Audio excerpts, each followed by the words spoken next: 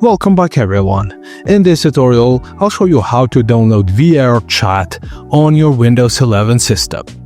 Firstly, go to the official website at hello.vrchat.com. On the homepage, click the Play on Steam button. This will open the Steam store page for VRChat in your browser or Steam app. If prompt, click Open Steam to launch the Steam client on your PC. You'll be taken directly to the VRChat store page in Steam.